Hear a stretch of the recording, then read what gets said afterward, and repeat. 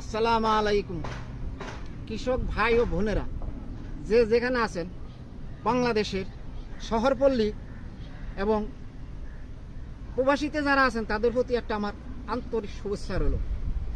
দেখেন, আজকের বিষয় হলো এই যে আমি এখান দিয়ে পথ দিছি, আমার ইউটিউব চ্যানেল আছে, ফেসবুক আছে, আপনারা সবাই দেখেন।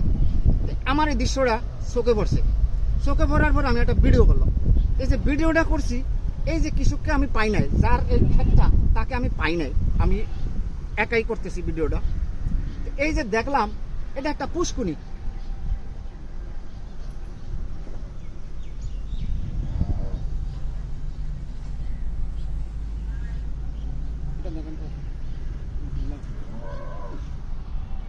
এটা একটা পুষ্কুনি। এই পুষ্কুনির পাড়ের উপরে এটা ভরা, পুষ্কুনিটা পানিতে ভরা এবং কচুরি ফেনা, সবাই চিনেন কচুরি ফেনা।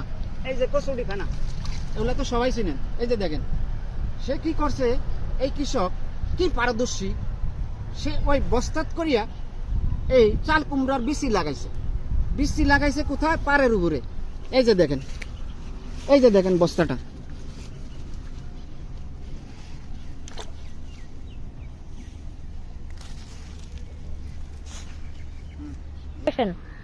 এই যে উপরে শুকনা জায়গায় পাড়ের উপরে, পুষ্কুনির পাড়ের উপরে সে বস্তাটা বসাইয়া, বস্তা মাটি জৈব সার দিয়া বসাইয়া ওইটার উপরে বিচিটা রোপণ করিয়া উপরে জাল নেট দিয়া দিছে কচুরির উপরে। কচুরির উপরে নিচে কচুরি মাছ চাষ করে। এই যে দেখেন পানি, এই যে দেখেন পানি, এই যে দেখেন পানি। এই তো এখন উনি ওই যে সময় ফসলটা কাটে, আস্তে ওখানে নেমে কাটে পানিতে।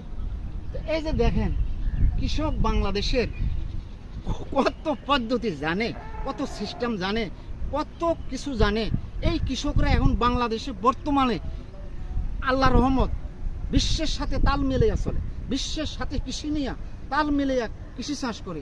আর কৃষকরা যেই পদ্ধতি জানে, বিভিন্ন পদ্ধতি জানে, কম বেশি ভালো মন্দ সব কিছু, কোন ফসলটা হবে না হবে কোন জমিনে, তারা সব কিছু অভিজ্ঞ। কারণ কৃষকরা অনেক অভিজ্ঞ। তো এখন এই যে দেখেন, এই যে ভিডিওটা দেখাইলাম, যে উপরে পুষ্কুনির উপরে পাড়ের উপরে হইলো তার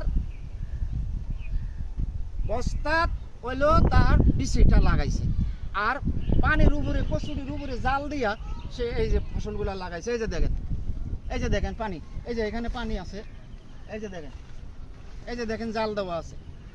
দেখেন সে একটা কি ক্রিটিক্যাল বুদ্ধি করিয়া এটা করছে, কোনো জায়গা নষ্ট হয় না, কিছু হয় না, পরিত্যক্ত জায়গাটা পুষ্কুনির এই ফেনার উপরেই উনি করছে। ওনাকে কৃষি পক্ষের থেকে, কৃষকের পক্ষ থেকে